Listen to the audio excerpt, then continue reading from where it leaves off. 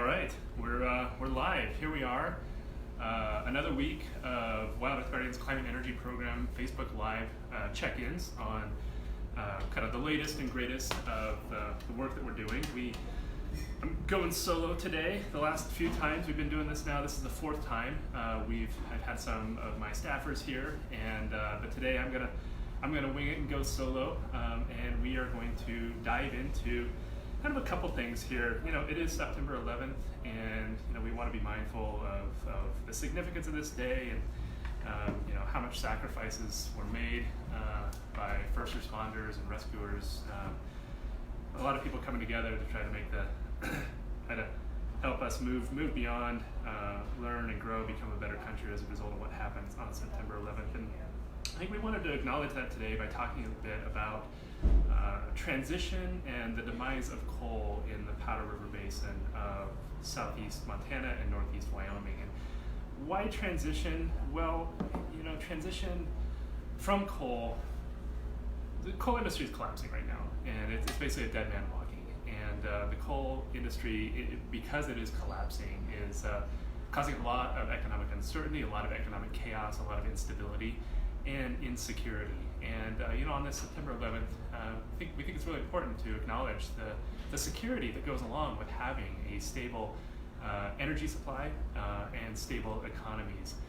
Right now in the Powder River Basin, stability is non-existent. In the past couple months, two big coal companies have filed for bankruptcy, and currently two major mines are shut down at the moment in the Powder River Basin. So we thought it was a good day, a good opportunity to kind of go over just where do things stand in the Powder River Basin, and where do we go from here. So I'm Jeremy Nichols. I'm the Climate Energy Program Director for Wild Earth Guardians. Thank you so much for joining us today on our weekly Facebook Live check-in. Few updates just real quick before we get into this latest check-in. First off, we're hiring. Wild Earth Guardians is hiring a Colorado Front Range organizer. Now, for now, it's a part-time temporary position, although we do hope that it might become full-time at some point soon, provided we get the funding. So go to our website, just go to wildearthguardians.org, about us, and you can see the job announcement here. Hang on just one second. I'm going to make sure that my phone is plugged in okay.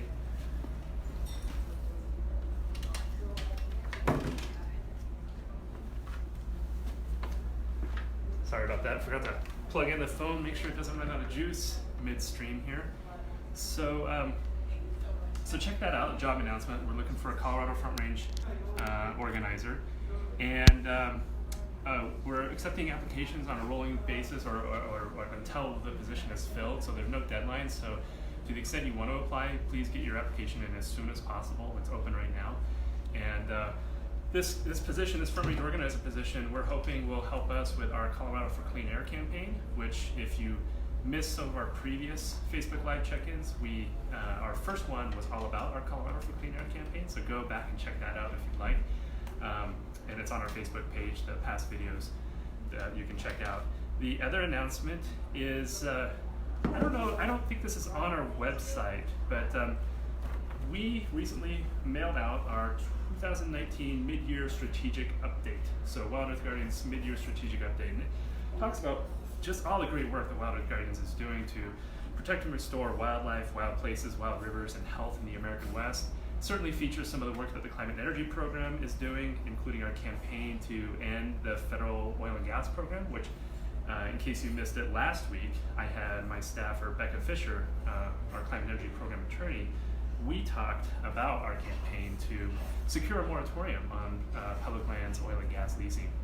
So check that out if you'd like to learn more. But if you didn't get this, or if you're not signed up, I don't think this is available on our website. I think you actually have to be a Wild Earth Guardians member or signed up on our list.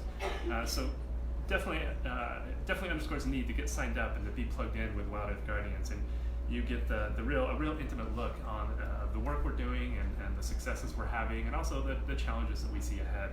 So anyway, those updates out of the way now.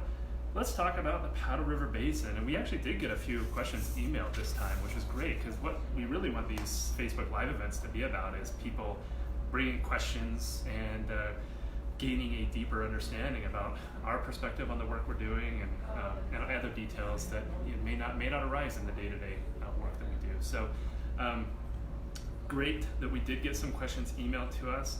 And if you want to interact with us here on Facebook, I have my laptop here. I don't know if you can see it, but I'm seeing seeing where folks are engaging, and we're getting links out too. So that's great. So anyway, Powder River Basin of Northeast Wyoming, Southeast Montana. I just want to give a brief overview of this. We've actually been engaged in this region for going on 10 years. It's been about a decade. And we, way back when, back in 2009, decided to start engaging in the Powder River Basin for one simple reason. It's the largest coal-producing region in the country. More than 40% of all coal produced in the U.S. comes from the Powder River Basin. And that coal is ultimately burned in power plants and contributes to 13% of our nation's greenhouse gas emissions, a huge amount of climate pollution that stems from this region. And that's why we've called it over the years a root contributor to global warming here in the United States. And that's definitely not an exaggeration. So we started engaging with one aim, to try to keep more coal on the ground in the Powder River Basin. And our vision ultimately was a campaign that would slow and ultimately help stop coal mining in the Powder River Basin. We started out confronting a lot of public lands leases, coal leases that were proposed back under the Obama administration. They actually had several billion tons of coal on the auction block, and they were selling coal at a very rampant pace up there. So we engaged in an effort to try to inject climate awareness into the management of federal coal in the Powder River Basin, and to convince the Obama administration that it was not in our nation's interest from a climate standpoint to continue to allow more coal mining in the Powder River Basin. We, after several years of campaigning, actually did get the Obama administration to issue a moratorium on federal coal leasing, which effectively blocked a lot of new leases in Wyoming and Southeast Montana, and was a huge, huge step forward toward, I think, setting the stage for broader and deeper climate accountability within the management of our public lands and minerals. Unfortunately, when Trump took office, one of the first orders of business that they undertook was to lift the moratorium and basically try to reinvigorate and restart the federal coal leasing program. Has not been as successful as I think they had intended, which is good, but also still not helpful to have no restraint around the federal coal leasing program in that region right now. So in the meantime, since we've been engaging, the state of the coal industry has just, it's abysmal right now. And in case you weren't aware, coal is dying, and the industry is collapsing at a frenetic pace right now. And it's happening because utilities are finding cheaper ways to generate electricity, in particular from renewables. Wind and utility scale solar are now way cheaper than coal, and in many cases even cheaper than natural gas. So utilities are making economic decisions, and of course those economic decisions are starting to shun the coal industry and starting to limit their options. And so if you're in the business of coal mining right now and you got utilities saying no to your product, you're kind of out of luck, you're up a creek. And in many cases these coal companies have no choice but to scale back production considerably, and in some cases even shutter coal mines. And so we're seeing that play out here in the American West in a big way right now. It's been happening in Appalachia for many years as the utility industry has made these shifts. Hang on a second. I gotta have my coffee. Afternoon coffee. And in the Powder River Basin, there's been signs that coal's collapse was definitely afoot in the Powder River Basin, but because it is such a big coal-producing region, and those mines there's 16 mines actually, 16 large strip mines, very, very large strip mines. Two of the largest mines, the Black Thunder mine and North Antelope Rochelle, they're two of the largest in the world, and at their height, they were producing over 100 million tons of coal annually. Most of the mines up there produce from around 8 to maybe 15 million tons of coal annually. So big producers, lots of coal coming out of this region. At its height, about 500 million tons of coal was being produced in the Powder River Basin. It's now dropped considerably to around 300 million tons of coal. So it's a big region, and we over the years we saw the coal industry showing signs of decline, but in the Powder River Basin, it took a little while for it to really kick into gear. And really around 2016, we saw two big companies, Arch Coal and Peabody Coal, file for bankruptcy in the Powder River Basin. Well, they own mines elsewhere as well, but they filed for bankruptcy and laid off a lot of people at their mines in the Powder River Basin and have scaled back production at their mines considerably. But this year, really rocked things. Two companies, Cloud Peak Energy, which at one point was the third largest coal producer in the United States, and Black Jewel, which is kind of a shadowy, privately owned coal company that owns and operates two mines in the Wyoming portion of the Powder River Basin. They declared bankruptcy this past year. And the Cloud Peak bankruptcy was kind of a surprise. Cloud Peak had been viewed as a very stable company. They had lots of good contracts locked in and were seemingly immune from the market forces that were causing like Arch and Peabody to file for bankruptcy. But in reality, they had sunk a lot of investments in coal exports, and they mine a lot of coal, particularly from their Montana mine. It's called the Spring Creek mine in southeast Wyoming. They mine the coal there and they ship it to the Pacific Northwest, where it is shipped overseas to be burned in Asia. And what's happened is the export markets took a downturn over the past couple of years, and there's essentially no market for Cloud Peak to ship its Spring Creek coal. So they have faced considerable economic headwinds and were forced to file for Chapter 11 bankruptcy this past year. They maintain production and maintain operations at their mines, although they have laid off workers and there's a lot of uncertainty around where things are going with Cloud Peak. But the Black Jewel bankruptcy has really been a big deal. The company filed for bankruptcy and immediately shut down two mines in the Wyoming portion of the Powder River Basin. Two mines actually just outside the town of Gillette, Wyoming, which is in northeast Wyoming. And if anybody has been to Gillette, Wyoming, you know that it is, well, they call it the energy capital of the world. And it is due in large part to all the coal mining that goes on there, but also a lot of oil and gas development that occurs there as well. And the shuttering of those two mines led to the immediate layoff of over 700 employees and to the immediate halt to payments, tax payments to local governments, to state government, to the federal government, and also payments to contractors and other service providers for the mines. So it's had this major ripple effect. Not only did the workers who worked at these mines get directly laid off and are out of work now, but it's had these ripple effects that have really just caused a lot of economic tumult in the Wyoming portion of the Powder River Basin. And for Wyoming in particular, which relies very heavily on revenue generated from coal mining, it's really rocked their pocketbook and really created a lot of economic uncertainty in terms of state revenue and those revenue projections. So things right now are still pretty chaotic. Black Jewel's mines still are not open.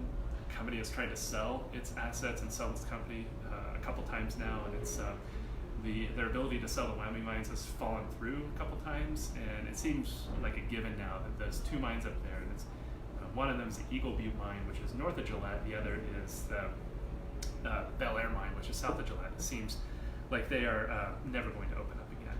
So, transition is afoot, whether the coal industry and whether the state of Wyoming likes it or not. And really what's happening in the Powder River Basin just underscores so much that, wow, we really need to be looking beyond reliance on coal. And even where coal is so dominant, the writing on the wall is that it's not economically sustainable, it's creating insecurities, and it's a disaster that's currently in progress and just going to get worse.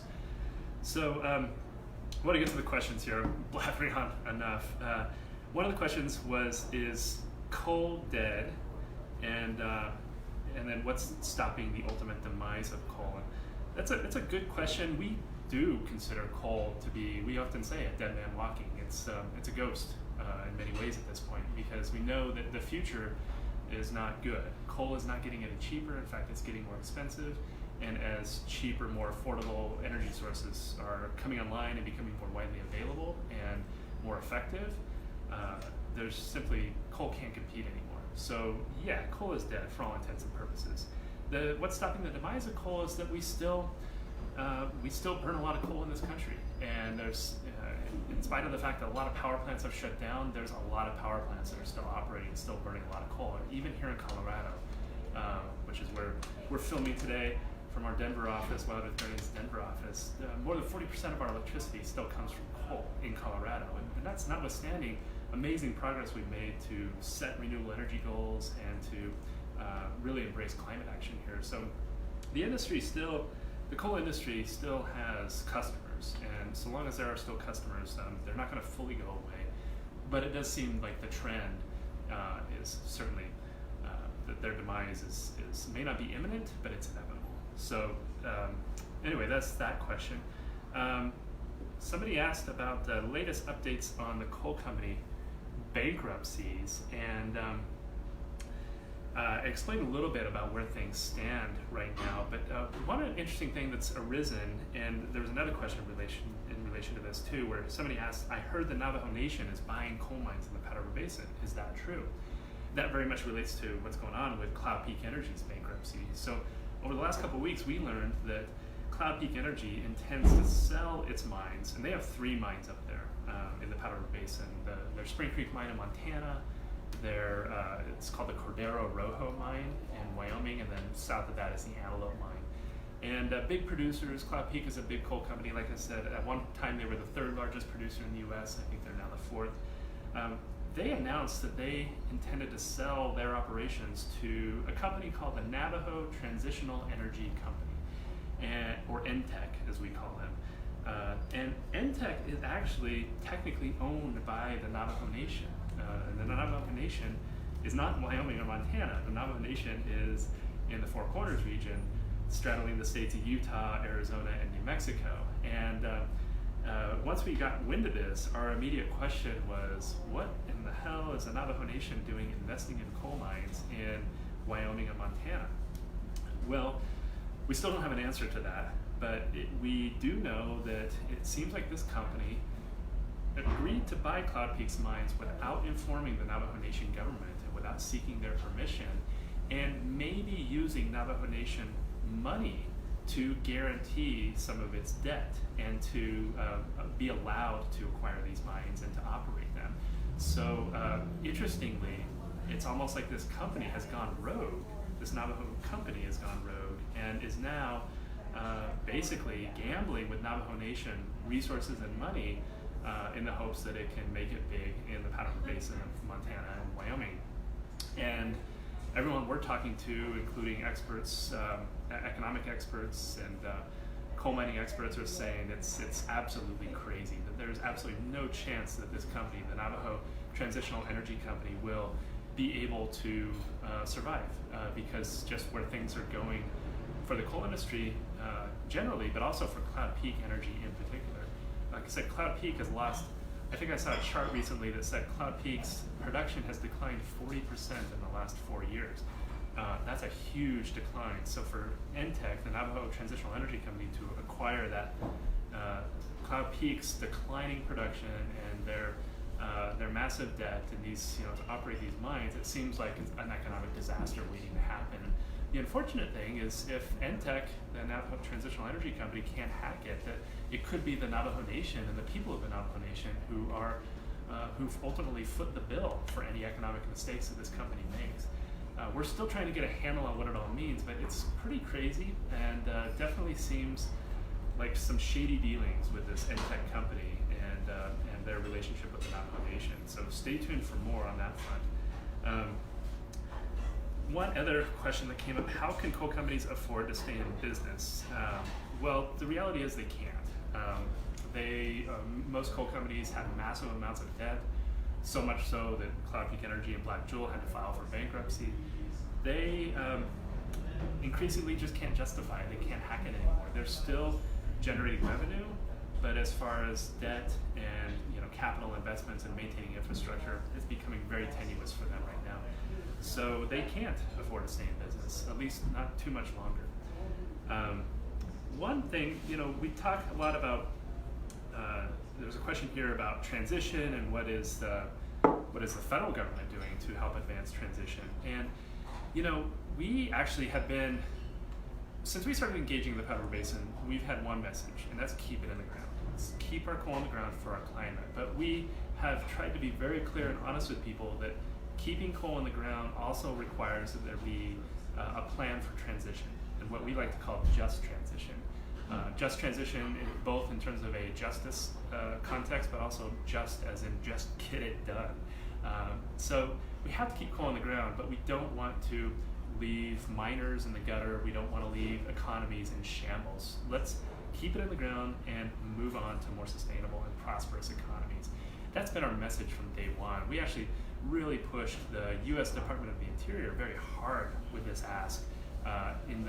Toward the end of the Obama administration, we were basically calling on the Interior Department, which the Interior oversees all the federal coal that's mined up there. There's a lot of federal coal, basically publicly owned coal. And so they actually have a very significant role to play in terms of managing how that coal is mined or may not be mined. And our message to the Interior Department at the end of the Obama administration was, it's time for you to get in the transition business. It's time to get out of the coal mining business and get into the transition business, because people are suffering, communities are suffering, and we need government leadership to help people weather the storm and to help provide the resources and expertise needed to move fully beyond coal. And in the Powder River Basin, we're now seeing that need to pay attention to dry transition is so important right now. I mean, the Wyoming economy, it's really not doing well. And in Northeast Wyoming, people were hit hard by the closure of Black Jewels mines, and they're going to be hit hard as more mines shut down and the industry continues to decline. And now more than ever, we need elected officials, policy leaders, other officials to step up and say, the writing on the wall is that we can't continue to maintain our dependence on coal. We have to transition for sustainability and for security. Which is kind of our theme for today on this September 11th, security around energy, security around economies. Unfortunately, as you can imagine, the Trump administration is not prioritizing transition in the Powder River Basin. In fact, they are doing everything possible to try to prop up the dying coal industry. And interestingly, they lifted the moratorium on federal coal leasing. The Trump administration did pretty shortly after they took office. We sued, and we actually overturned the lifting of that moratorium. We worked with other groups, Earth Justice, Montana Environmental Information Center, and Defenders of Wildlife and other groups to overturn the lifting of that moratorium. But unfortunately, the Trump administration basically doubled down, and in response to our favorable court win from earlier this year, they rushed a new environmental review and are going to be making a decision to keep the lifted moratorium, keep the moratorium lifted, basically. So they're going to these extreme lengths to do favors for coal companies to try to prop up the coal industry. The unfortunate thing is it's only coming at the expense of people in Wyoming, people in the town of Gillette, people who are trying to move beyond and need more opportunity. And instead, all they're facing is a government that refuses to let go. So it's super unfortunate and something we are going to continue to try to change and confront here. And one question that came up is folks ask, what does the decline of coal mean for our climate and also for our electrical grid? And folks probably have seen some of the rhetoric around how we need grid stability, grid reliability, and we need baseload coal-fired power plants to provide that stability and that reliability. And as the coal declines, a lot of pro-coal interests are citing grid reliability as a reason to try to keep coal-fired power plants alive, and actually go so far as to propose subsidizing them, which is crazy. But the reality is our grid is incredibly resilient and reliable, and that we don't need baseload electricity generation to maintain reliability and to maintain resiliency. And in fact, a move to more distributed renewable energy creates ever more resilience within our grid by making our nation and our grid less vulnerable to baseload,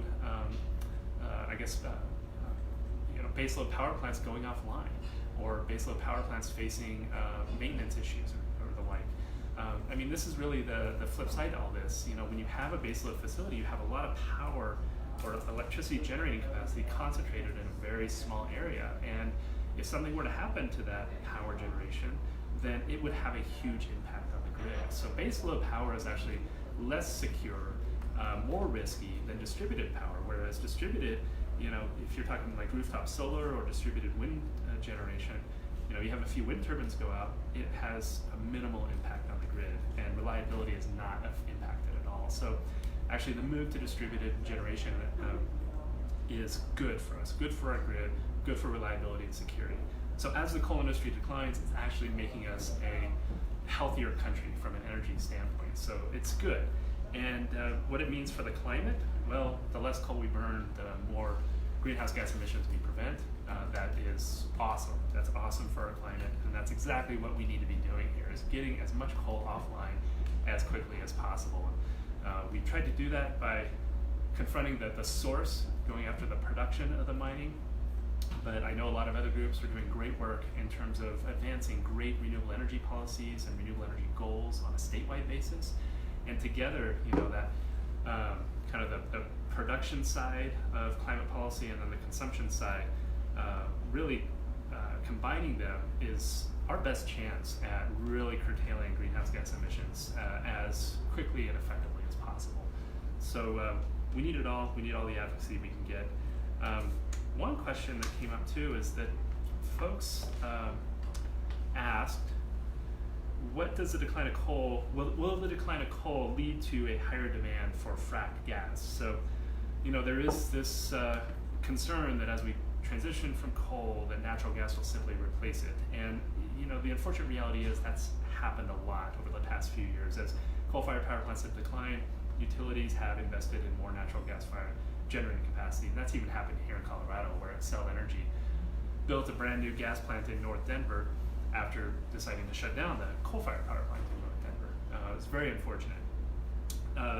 The fortunate thing is that in terms of demand for fracked gas, it is also declining because increasingly not even natural gas can compete with coal or with renewables.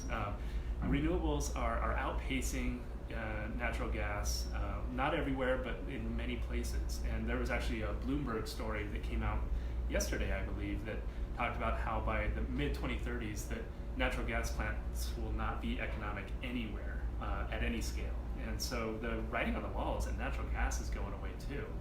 We're basically seeing the demise of the fossil fuel industry unfold before us, which is great. And it's good for the climate, it's good for energy resiliency, national security, it's good for everyone. But the decline of gas also just underscores the need to focus on transition. We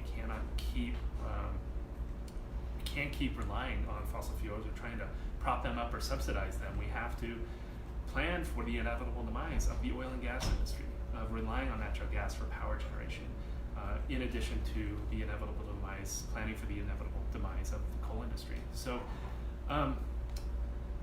that's covered a lot of ground today, and thanks for hanging with us.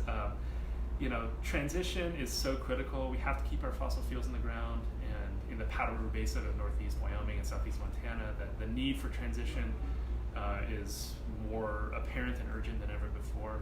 We hope that the state and local officials will see that writing on the wall and start to design more sustainable and prosperous economies.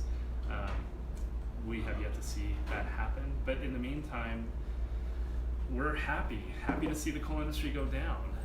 We have a climate crisis on our hands, and if we're going to continue to allow coal to be burned and mined and burned in power plants, then we're not going to have any chance of making any kind of climate progress. So, today on this September 11th, we wanted to bring it back to energy security, national security, and getting off fossil fuels and planning for transition is very much a part of that. So, as much as we remember the events of September 11th and the people who were impacted, we're also looking ahead to making sure we make our nation a more resilient and prosperous place by moving beyond reliance on fossil fuels. So thanks so much for checking us out. This video, it'll be on our Facebook page. We'll share it, so if you've missed parts of it, it'll be available. And join us next week. So we're doing these weekly check-ins, talking about things that the Wild Earth Guardians Climate Energy Program are working on, and doing deep dives into our campaigns and trying to answer people's questions. So please join us and interact. We're going to keep this up. This is our fourth one, and next week we're going to do our fifth, and we're going to be talking about the climate strike actions. So people probably have heard the climate strike. Worldwide actions are going to be happening next week and the week following to help drive awareness about the need to confront the climate crisis. And Wild Earth Guardians is going to be very involved in efforts in Colorado and New Mexico to help strike with everybody else. So stay tuned for that. Join us next week for that. And if you have questions or want to tune in at all, so first off, we're on social media at Climate West. Twitter, Instagram, Facebook at Climate West. You can get the latest and greatest news on what we're up to.